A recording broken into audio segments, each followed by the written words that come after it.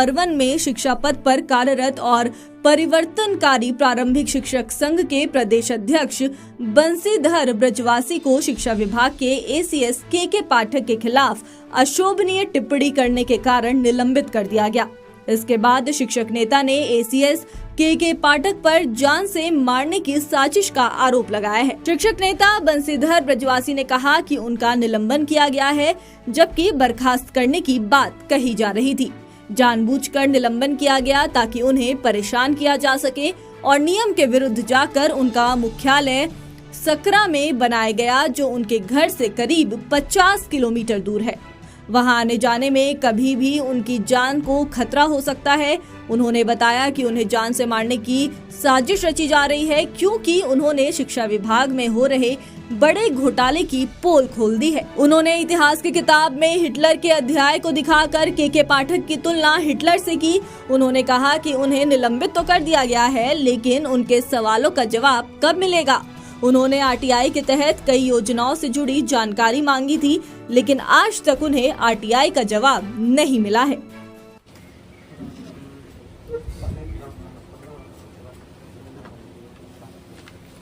आज के संवाददाता सम्मेलन की शुरुआत हम दिनकर की उन पंक्तियों से करना चाहते हैं, जिसमें दिनकर ने कहा है कि युद्ध नहीं जिनके जीवन में वो भी बड़े अभागे होंगे, या तो प्रण को तोड़े होंगे या तो प्रण से भागे होंगे। आदरणीय के पाठक जी के नाम समर्पित यह प्रेस कॉन्फ्रेंस, मैं उन तक यह मैसेज पहुंचाना चाहता हूं कि हम प्रण को तोड़ने और भागने वाले लोग नहीं हैं। आपने जो हमारे खिलाफ निलंबन की कार्रवाई करवाई है, आप में अगर हिम्मत है तो आप हमें बर्खास्त करके दिखाते। आपने जो पत्र जारी करवाया था इसके पहले नियोजन इकाई को जो लिखवाया, उसमें आपने कहा था कि इन्हें बर्खास्त किया जाए, वो बर्खास्तगी की अनुशंसा थी, तो आखिर हमें बर्खास्त क्यों नहीं किया गया? अगर आदरणीय के पाठक जी यह कहते हैं कि उनके आदेश की अवहेलना करने वालों पर कार्रवाई होगी, उनके विरोध में बोलने वालों पर कार्रवाई होगी, वो जो आदेश दे दिए ब्रह्म वाक्य है उससे जो हटेगा उस पर कार्रवाई होगी, तो उन्होंने तो कहा था बर्खास्त करने के लिए, तो निलंबन की कार्रवाई क्यों हुई? आदरणीय के पाठक जी को मैं कहना चाहता हूँ प्रेस कॉन्फ्रेंस के माध्यम से कि आपने जो यह षड्यंत्र रचा है, मैं ये सारा साजिश जानता हूँ, यह पूरी साजिश है हमारे निलंबन की। चूंकि बर्खास्त कर देते तो हम अपने घर में बैठते और हम न्यायालय में लड़ाई लड़ते, लेकिन निलंबित किया गया, उसमें यह साजिश है कि आप निलंबित करके हमको सकरा हमारा हेडक्वार्टर बनवा दिए। किसी भी नियोजित शिक्षक को निलंबित करके उसका हेडक्वार्टर क्या नियोजन इकाई के बाहर किया जा सकता है, या किस प्रोविजन में? आदरणीय के पाठक जी या बताएं जिला प्रशासन, बताएं डीओ साहब कि आप किसी नियोजित शिक्षक को निलंबित करके उसके नियोजन इकाई से बाहर अवस्थित किसी कार्यालय में कैसे पदस्थापित कर सकते हैं? क्या यह बीडीओ साहब को अधिकार है? यह बिल्कुल नियम विरुद्ध है, गैर कानूनी है। ऐसा आदेश दबाव में डालकर इसलिए करवाया गया है क्योंकि हमारे घर से 50 किलोमीटर की दूरी पर सकरा है। हम वहां 50 किलोमीटर प्रतिदिन आएंगे जाएंगे, तो रास्ते में ये लोग हमारी हत्या कराना चाहते हैं। ये लोग रोड एक्सीडेंट करा के हमको मारना चाहते हैं। ये हत्या की साजिश है और इसका मुख्य कारण यही है कि ये जितने घोटाले हुए हैं, चाहे वो प्रीफैब स्ट्रक्चर घोटाला हो, समरसिबल घोटाला हो, बेंच डेस्क घोटाला हो, थाली घोटाला हो, बैग घोटाला हो, शिक्षक बहाली घोटाला हो, हम तमाम घोटालों पर बोलते रहे हैं और इसका पर्दाफाश करते रहे हैं। सबसे पहले हमने बेंच डेस्क घोटाले पर आवाज़ उठाई, और जब हमने आवाज़ उठाई तो कई जगह इन्होंने दिखावे की कार्रवाई की है, जिससे साबित हो गया है कि गड़बड़ी हुई है। इन्होंने खुद स्वीकार कर लिया, लेकिन गड़बड़ी उतनी ही नहीं है जितनी हम कह रहे हैं। गड़बड़ी उससे इन्होंने जितनी कार्रवाई की है उतनी ही गड़बड़ी नहीं है, गड़बड़ी बहुत ज़्यादा है। और ये एस्टीमेट घोटाला है, यह एस्टीमेट घोटाला हुआ है। जो 70,000 80,000 रुपये में समरसिबल हो सकता था, वह 2,64,000 रुपये का ये फर्जी एस्टीमेट बना करके और करोड़ों करोड़ लुटवाया। चारा घोटाला से बड़ा घोटाला, और इसका हम भंडाफोड़ करते हैं तो ये कहते हैं कि असंसदीय भाषा का प्रयोग करते हैं। हम आपको यह बताना चाहते हैं, हम आपके सामने में देखिए, मैं शिक्षक हूँ, इसलिए मैं जो भी बात करता हूँ वह किताबों के माध्यम से बात करता हूँ। यह एनसीईआरटी की किताब है और 9वीं कक्षा की किताब है। बिहार बोर्ड में भी 9वीं कक्षा की किताब में यह बात है। आप पढ़ेंगे इतिहास में जब आप पढ़ते हैं, जब इमरजेंस ऑफ हिटलर पढ़ते हैं, जब हिटलर के उदय की कहानी जब आप पढ़ते हैं, तो स्पष्ट रूप से देखिए एनसीईआरटी के किताब में पेज संख्या 58 पर इसमें स्पष्ट लिखा हुआ है कि 28 फरवरी 1933 को जारी किए गए अग्नि अध्यादेश, जिसको फायर डिक्री कहा गया, के जरिए हिटलर ने अभिव्यक्ति, प्रेस एवं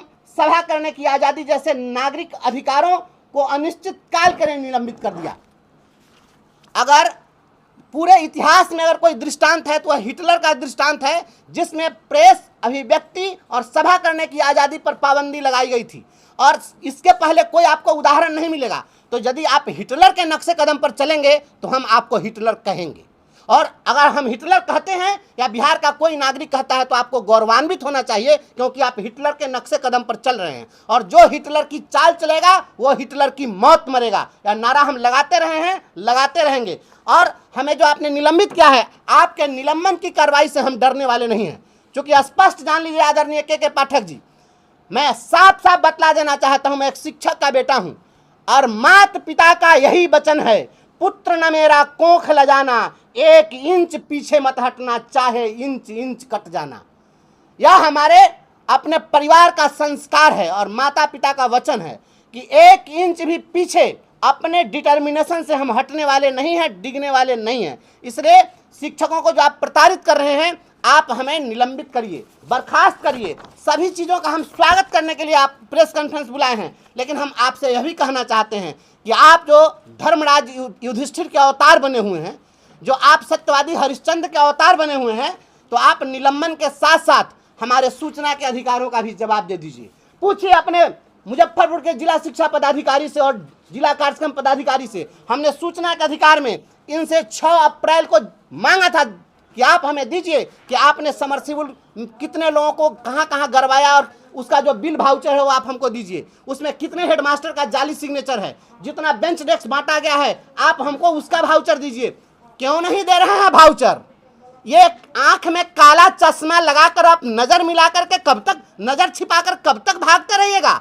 कितने दिन छिपे रहोगे छज्जे की आड़ में? एक दिन आना होगा खुले बाजार में। आदरणीय के पाठक जी, भ्रष्टाचारी को हम भ्रष्टाचारी कहते रहे हैं, कहते रहेंगे। यह नौकरी हमारी रहे या जाए इससे कोई गम नहीं है। बिहार के तमाम अपने शिक्षकों से मैं आह्वान करता हूं, आप तमाम साथी जो जहां भी हैं तैयार रहिए, और ये जो कुछ भी अन्याय हो रहा है इसके खिलाफ हम लोग, ये लोकसभा चुनाव की काउंटिंग होगी, आचार संहिता समाप्त होगा और हम सड़क पर उतरेंगे। पूरे बिहार के शिक्षक इसके लिए तैयार रहें। 4 माह से हमारा वेतन बंद है, अब 5वां महीना कल से शुरू होगा। आपने वेतन हमारा बंद कर दिया। क्या आपको वेतन बंद करने का अधिकार था? किस कानून में? बिना निलंबित के हुए आप आज निलंबन की जब कार्रवाई हुई है तो उसमें भी नियोजन इकाई ने लिखा है कि जीवन निर्वाह भत्ता दे होगा, लेकिन बीडीओ ने कहा कि जीवन निर्वाह भत्ता दे होगा और डीपीओ का वेतन रोक रहेगी। किसकी बात चलेगी? यह वेतन आप कैसे रोक सकते थे? निलंबन अवधि में भी किसी को जीवन निर्वाह भत्ता दिया था। यहाँ आपने मानवाधिकारों का हनन किया है। हमने हाईकोर्ट में केस किया, प्रोन्नति का हम केस लड़ रहे हैं। आप इसीलिए ना हमको आप डिसमिस करना चाहते हैं और सस्पेंड करना चाहते हैं, क्योंकि हम प्रमोशन की लड़ाई नहीं लड़े ताकि वहां पर आप बच जाइए। आप इसीलिए हम पर कार्रवाई करना चाह रहे हैं ना कि बिहार के हम शिक्षकों के अधिकार की लड़ाई लड़ रहे हैं कि नहीं, इन्हें ग्रेच्युटी का लाभ दीजिए। 19 तारीख को ग्रेच्युटी का केस लगा हुआ है हाईकोर्ट में। आप इसी के लिए ना हमें प्रताड़ित करना चाहते हैं। बिहार के तमाम शिक्षक साथियों, मैं आपकी आवाज़ बनकर खड़ा था, खड़ा हूँ और खड़ा रहूँगा। हमें वेतन मिले नहीं मिले यह चिंता बिहार के शिक्षक समाज को करना है। शिक्षक करें कि हमारा क्या होगा, लेकिन हम जब तक हैं हम लड़ेंगे। और जिला प्रशासन से मैं मांग करता हूं कि इसकी पूरी जांच हो कि किस प्रकार से नियम विरुद्ध इन्होंने हमारा मुख्यालय, निलंबन मुख्यालय सकरा में तय किया है। और हमें यहाँ के एसएसपी साहब, यहाँ आईजी साहब शिवदीप लांडे साहब और यहाँ के डीजीपी महोदय, आप सभी लोग से मैं यहाँ गुहार लगा रहा हूँ कि मेरे जान माल पर खतरा है, क्योंकि यहाँ पर 2 दर्जन से ज़्यादा यहाँ पर संवेदक हैं और उन्हीं संवेदकों के सहारे एक जाति विशेष के संवेदक हैं जिन्होंने बेंच डेस्क सप्लाई किया है और समरसेबल करवाया है। ये सारे लोग डीओ से मिले हुए हैं और इन संवेदकों के माध्यम से हमारी हत्या कराई जा सकती है। इसलिए हमारे जान माल की सुरक्षा की जाए। और डीओ साहब के साथ अगर कहीं पर कोई घटना घटी तो उनको बॉडीगार्ड उपलब्ध कराया गया। हम 6 लाख शिक्षकों की लड़ाई लड़ रहे हैं और एक बिहार के जिम्मेवार, भारत के जिम्मेवार नागरिक होने के नाते एक लड़ाई लड़ रहे हैं, क्योंकि हमारा फंडामेंटल ड्यूटी भी है, हमारा मौलिक कर्तव्य भी है कि सरकारी संपत्ति की रक्षा करना। ये सरकार के पैसे को ये बंदरबांट कर रहे हैं। चारा घोटाला से बड़ा घोटाला हुआ है। आज शिक्षक बहाली में भी जो घोटाले हुए वो तो सामने आ गए।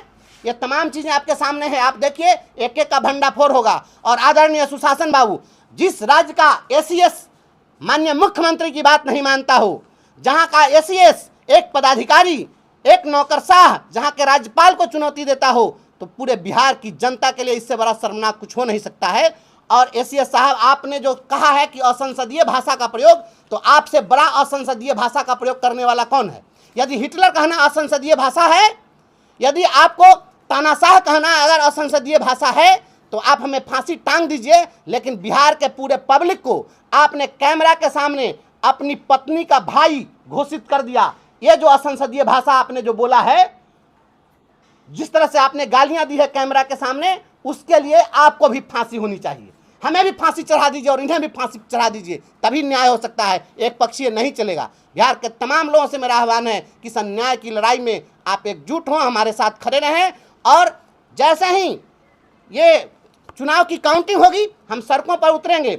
और हमारी जो वीडियो साहिबा है मरवन की, वीडियो साहिबा, मैं जान रहा हूँ कि वो इनोसेंट लेडी हैं, उनसे हमारा कोई व्यक्तिगत कोई दुश्मनी नहीं है। उन पर प्रेशर डाल करके और सकरा मुख्यालय करवाया गया है। मैं वीडियो साहिबा से भी अनुरोध करता हूँ कि आप हमारा निलंबन मुख्यालय अविलंब चेंज करिए, प्रखंड में आपको जहाँ बनाना है बना दीजिए, लेकिन सकरा से अविलंब हटाइए। आपको फंसाने की साजिश है, आपको फंसाया जा रहा है, आप पर दबाव डाल करके। कोर्ट में जब हम जाएंगे तो फिर आप ही को जवाब देना पड़ेगा। इसलिए आप किसी के दबाव में काम न करें, और अगर निलंबन मुख्यालय हमारा आप चेंज नहीं करेंगे, वैसी स्थिति में कोई भी अप्रिय घटना घटेगी, इसके जिम्मेवार के पाठक होंगे। मुजफ्फरपुर के डीओ होंगे, मुजफ्फरपुर के डीपीओ होंगे, और यहाँ का जिला प्रशासन होगा। आप तमाम लोगों से मेरा अनुरोध है कि हमको आप न्याय दीजिए, और प्रेस मीडिया के साथ माध्यम से हम इस संवाददाता सम्मेलन को हमने आयोजित किया और हम अपनी बात रख रहे हैं। यह बात आम लोगों तक पहुँचे और सभी लोग जाने। हम केवल हमें निलंबित किया गया, केवल इसी की बात नहीं है। बात बिहार के गांव गरीब के बच्चों के, जो बच्चे दम तोड़ रहे थे, जो शिक्षक प्रतिदिन मर रहे हैं। आज स्कूलों में अप्रैल में जब मौसम कुछ ठीक था, उस समय पढ़ाई हो सकती थी, उस समय आपने पढ़ाने नहीं दिया, और जब मौसम गर्म हो गया तो आपने छुट्टी कर दिया। अब बताइए, उस समय ही बच्चा नहीं पढ़ा, अभी भी बच्चा नहीं पढ़ रहा है। पढ़ाई किसकी बाधित हो रही है? ये कौन सी पढ़ाई का मॉडल है भाई? ये कोई पढ़ाई का मॉडल है? आप पढ़ाना नहीं चाह रहे हैं, बल्कि बिहार के बच्चों के भविष्य के साथ खिलवाड़ करना चाहते हैं और यह दिखावा करना चाह रहे हैं। हम बच्चों के सच्चे हितैषी हम हैं, हमसे बड़े हितैषी आप नहीं हो सकते हैं। नहीं तो जो बच्चे दम तोड़ रहे हैं, सड़कों पर मर रहे हैं, आपके अंदर संवेदना नहीं है, आप संवेदनहीन हैं। हम संवेदनहीन लोग नहीं हैं। हम अपने शिक्षकों को मरते हुए नहीं देख सकते हैं। आज भी सहरसा में एक शिक्षक की हत्या की गई है, स्कूल जाने के क्रम में हत्या हुई है। तो शिक्षकों की हत्याएं की जा रही है, यहाँ पर प्रशासन क्यों मौन बैठा हुआ है? इसलिए राज्य सरकार अविलंब संज्ञान ले और मानवाधिकार का हनन करने वाले आदरणीय के पाठक जी और शिक्षा विभाग के तमाम अधिकारियों पर सख्त से सख्त कार्रवाई।